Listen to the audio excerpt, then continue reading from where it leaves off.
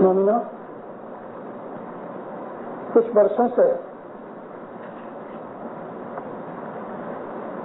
لگ بھگ 5-7 سال ہوئے، بہت دفعہ موقع لگتا ہے تو جماعتوں کے اندر ایک سارا گنان پڑھ کے میں ہمیشہ اس کا ترجمہ کیا کرتا ہوں۔ آپ کی دعاؤں سے میں نے آج تک 40 گنان واعظوں کے اندر کیے۔ بے حساب شاستر بھنڈار بھرا ہوا ہے، ہر ایک گنان ایک واعظ ہے۔ سچ پوچھو تو گنان کا ایک ایک پاٹ جو ہے وہ ایک واعظ کے سوروپ میں ہے، لیکن گنانوں کے اندر اور بھی بہت سی چیزیں ہیں۔ ہمارے گنانوں کے اندر امام کی محبت کی باتیں ہیں، امام کی شناخت کی باتیں ہیں، اس دنیا میں جیون کیسے گزارنا اس کی چیزیں ہیں، آخرت کے لیے اشارے ہیں، موت کے بعد ہمارا حال کیا ہوگا اس کی باتیں ہیں، ہمارے مذہب کے مول سدھانت کیا ہے اس کی باتیں ہیں، ہمارے مذہب کی پرانالیکا کی چیزیں ہیں۔ تو گنان ماہ تو صاحب چھے، گنان کے اندر تو مولا خود بیٹھا ہوا ہے۔ آج بھی میں آپ کے سامنے 5 پاٹ کا یہ 6 پاٹ کا گنان ہے، اور یہ گنان ہے گھٹ پاٹ کا بیٹھا گنان۔ میں آپ کے سامنے اس کا خلاصہ اور سمجھوتی دیتا ہوں۔ گھٹ پاٹ ہمارے مذہب کی ایک اتم کریا ہے۔ گھٹ پاٹ کو پاول بھی کہتے ہیں، امی بھی کہتے ہیں، نیاز بھی کہتے ہیں، آب صفا بھی کہتے ہیں، آب شفا بھی کہتے ہیں۔ گھٹ پاٹ کے بیٹھے گنان بھی ہیں، اور پھر جب جماعت نیاز پیتی ہے تو ہم گنان بولتے ہیں، اس کو کہتے ہیں گھٹ پاٹ نہ اوبھا گنان۔ پرانالیکا کے اوپر امام نے بہت سے فرمان کیے۔ بعض جماعت خانوں کے اندر ایک پاٹ پڑا جاتا ہے گھٹ پاٹ پینے کے وقت، صرف ایک، یعنی ایک ویٹ اتاری گئی۔ بعض جماعت خانوں کے اندر 2 پاٹ بولے جاتے ہیں اور پھر ختم ہوتا ہے۔ ہمیں مذہب سیکھنا ہے۔ گئے 25-30 برس میں مذہب بہت بھلایا گیا، ہمارا آڈمبر بڑھ گیا، اصل چیز رہ گئی۔ مولانا امام سلطان محمد شاہ فرمایا کہ تم چھلکا کھاتے رہے، مغز کو چھوڑ دیا، اور ہم دوسری چیزوں کے اندر پڑ گئے۔ مذہب کے لیے ہمیں 5-10 منٹ بھی کبھی زیادہ بیٹھنا پڑتا ہے تو ہمیں ذرا برا لگتا ہے۔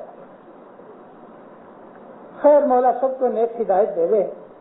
گنانوں کے اندر پیروں نے جو موقع کے گنان فرمائے ہیں وہی گنان ہونے چاہیے، اور اپنی مرضی سے گنانوں کے اندر اور ان کے سمے میں پھر فرق نہیں کرنا چاہیے۔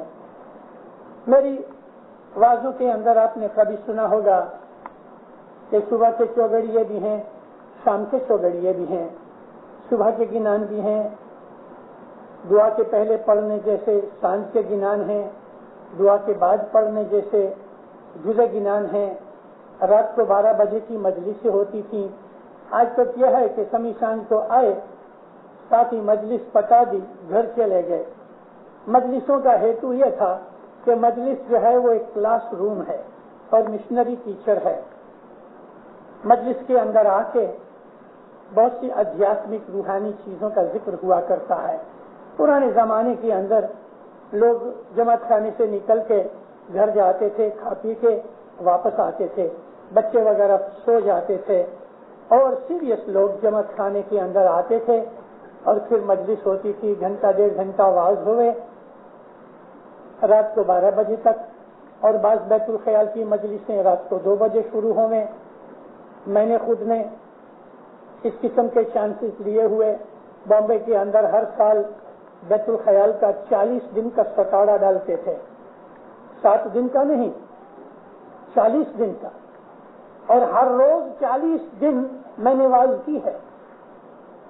ایک دفعہ 40 جمع پڑا تو مشنری مرحوم ہمارے دوست صوفی مشنری تھے جعفر علی مشنری، ایک دن وہ واعظ کرتے تھے، ایک دن میں واعظ کرتا تھا. کبھی کوئی لڑائی کے زمانے کا بمبئی میں رہا ہوا کوئی اسماعیلی بھائی بہن ادھر ہوگا تو اس کو یہ چیز یاد ہوگی کہ لڑائی کے زمانے کے اندر ہر سال 40واں ڈالتے تھے. صبح کے وقت بھی لوگوں کو عبادت کا شوق پیدا ہوتا تھا.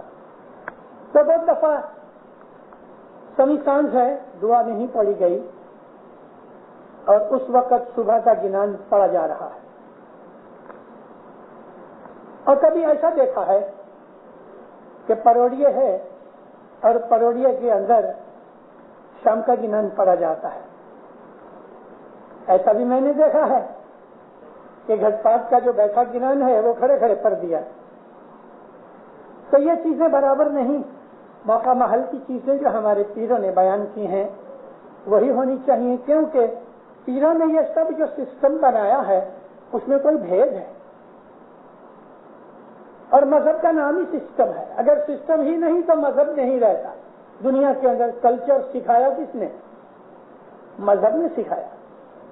آج جو ساری دنیا کلچر کر رہی ہے، کلچر کو دنیا کے اندر پیدا کرنے والا مذہب ہے. سوسائٹی کو پیدا کرنے والا مذہب ہے. فیملیز بنانے والا مذہب ہے. فیملی کا اسٹرکچر بنانے والا مذہب ہے. میاں بیوی کا رشتہ جوڑنے والا مذہب ہے. ماتا پتا کی سیوا سکھانے والا مذہب ہے. آپس میں محبت سکھانے والا مذہب ہے.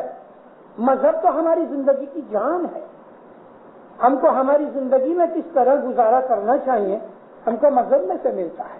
اور اگر ہم مذہب ہی بھول گئے تو لو جی گاڑی تو اچھی ہے ہی لیکن انجن ہی نہیں. مذہب ہماری جان ہے. مذہب ہماری زندگی کا سول ہے.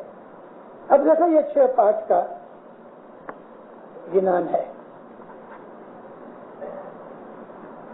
گھٹ پاٹ رسول اللہ کے زمانے سے بلکہ اس کے پہلے سے ہر ایک مذہب کے اندر ایک یا دوسری شکل سے آب صفا رہا، مگر میں صرف رسول پاک کے زمانے سے لیتا ہوں. نبی کریم خود اپنے ہاتھ سے نیاز نکالتے تھے.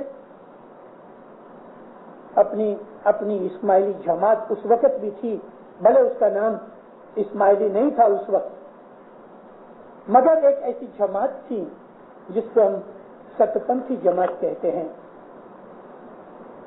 ہمارے گنانوں کے اندر رسول اللہ کے زمانے میں 40 آدمی کی جماعت تھی. مسلمان تو بہت تھے لیکن یہ جو جماعت تھی ہمارا ستپنتھی جماعت تھی 40 آدمی تھے. 40 کے 40 کا نام ہے میرے پاس. ان کا مکھی کون تھا اس کا نام بھی ہے، کامڑیے کا نام بھی ہے. لیکن رسول اللہ خود جماعت کے اندر آ کے نیاز بنایا کرتے تھے. آپ نے میری آوازوں میں سنا ہوگا کہ جماعت خانے کے اندر جو پیر کا جمعہ ہوتا ہے ظاہر بھانے وہ روز آتا ہے، کبھی روز نہیں آتا تو ہفتے میں 1-2 دفعہ ضرور آتا ہے. مولانا علی شاہ ماں باپ جب ہندوستان آئے تو جماعت خانے میں آیا کرتے تھے، دعا پڑھایا کرتے تھے. کرسی پہ بیٹھتے تھے، فرمان کرتے تھے، مگر جب دعا کا وقت آتا تھا تو علی شاہ ماں باپ نیچے زمین پر بیٹھ کے خود دعا پڑھاتے تھے. آپ کو یاد ہے جونی دعا؟ جونی دعا کے اندر ہے توبو توبو تقصیر دار بندو سرتا پا گنہگار، دعا تو پیر پڑے بندو وینتی کرے. ایکچولی دعا پڑھانا پیر کا کام ہے. رسول اللہ نے ساری زندگی موت تک دعا کی لیڈنگ خود کی. بیمار تھے، چل نہیں سکتے تھے. مولا علی اور دوسری طرف مولا علی کے بھائی تھے فضل، یہ دونوں حضرت نبی کریم کے کندھے پکڑ کے اپنی کوٹڑی میں سے نکالتے تھے اور رسول اللہ نماز پڑھاتے تھے. گھٹنے بڑھاپے کی وجہ سے کمزور ہو گئے تھے تو بیٹھتے وقت پھر یہی 2 آدمی نبی سب کو پکڑتے تھے تو حضور بیٹھتے تھے، سجدہ کرتے تھے. لیکن 6 دم تک نبی نے خود نے دعا پڑھائی. تو نبی آتے تھے، نیاز نکالا کرتے تھے. اور وہ بھی جمعے کا دن ہوتا تھا، کبھی جمعرات کو بھی کرتے تھے۔ اسی طرح پاٹ ہوتا تھا۔ اس قسم کے چائنا کے برتن نہیں ہوتے تھے، مٹی کا ایک ہی کپ ہوتا تھا اور ایک کمب ہوتا تھا، اور رسول اللہ اس میں سے نیاز اپنے ہاتھ سے پلاتے تھے۔ سکریت سیڑھا نہیں بنتا تھا، لیکن حضور کھجوروں کے اندر سے گٹلی نکال دیتے تھے اور وہ سکریت کے طور پہ دیتے تھے۔ کبھی کبھی سوکھی درخت لے کے اس کی گاکھڑیاں وغیرہ صاف کر کے نبی اس کو ہاتھ سے ایسا مسل ڈالتے تھے سیڑھی کی طرح، اور یہ سکریت کے طور پہ دیتے تھے۔ رسول اللہ کے زمانے سے نیاز چلا آتا ہے، بھلے کہ 70 دن کی بنائی ہوئی دعا نہیں تھی اس زمانے کے اندر، ہیتو یہ تھا کہ نبی خود نیاز بناتے تھے۔ تو یہ جو پاٹ ہے جس کو ہم چھوٹا یہ ٹیبل کہتے ہیں، اس کے اوپر ہم گھٹ رکھتے ہیں۔ گھٹ یعنی یہ کمب، ایک پیالے کی طور پہ اس کو گھٹ کہتے ہیں۔ تو یہ گھٹ پاٹ ہوا، اس سیریمنی کا نام پڑ گیا، مگر پانی کو ہم گھٹ پاٹ نہیں کہتے، گھٹ پاٹ کی سیریمنی ہے، پانی نیاز ہے، پھر بھی ہم گھٹ پاٹ کہیں تو وہ گھٹ پاٹ کا پوتر پانی ہے۔ تو پیما وقت کا یہ جو گنان ہے، جھیرے والا پاٹ منڈا وینے چوک پورا، وہ ہر کھیسوں کلس تھپا، اور والا چارے سہاگن نے رے تیڑا وہ ودھاو تے قائم میرے والا آج مندر رڑیا منا دس روڑا سادھ آویا روڑا سنت آویا اپنے گھر، پربھو جی پدھاریا مندریے۔ میں آپ کو اس اوریجنل شبدوں میں کہ جس کو پیر صدرالدین ماں باپ نے فرمایا، اس میں ہی آپ کو میں نے گنان کا پاٹ سنایا۔ مولانا حضرت امام پہ صلوات پڑھو مومنو، اللہم صلی اللہ محمد وعلیہ۔ اے پیارے بھائیوں، ہندوستان کی زبانوں کے اندر، چاہے وہ کوئی بھی ہندوستان کی زبان ہو، اس کے اندر جی کا جو لفظ ہے وہ عزت کا لفظ ہے۔ جی کہتے ہیں سر کو، یس سر، اس کو کہتے ہیں جی۔ کوئی بڑا آدمی چھوٹے کو بلاتا ہے تو کہتے ہیں جی، یعنی میں آیا ہوں۔ تو جی رے والا، اے میرے پیارے بھائیوں، پاٹ منڈاوی نے، یعنی پاٹ کو ارینج کرو، چوک پراو، اس کے اوپر کپڑا بچھاو۔ ہندوستان کی بہت سی قومیں ہیں کہ جو اپنے گھر کے باہر صاف کر کے، اس زمانے کے اندر ایسے اچھے رستے نہیں تھے ڈامر کے، آجو باجو میں پتے وغیرہ پڑے رہتے تھے، تو ہر روز گھر کے لوگ اٹھ کے اپنے گھر کا آنگن صاف کرتے تھے،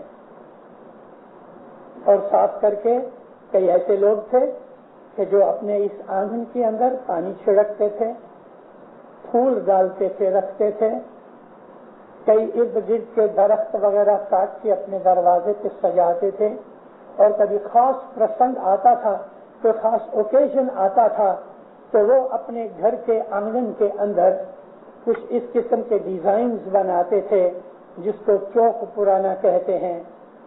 اور یہاں مطلب ہوتا ہے کہ تم اس کے اوپر اچھا کلین صاف کپڑا بچھاؤ،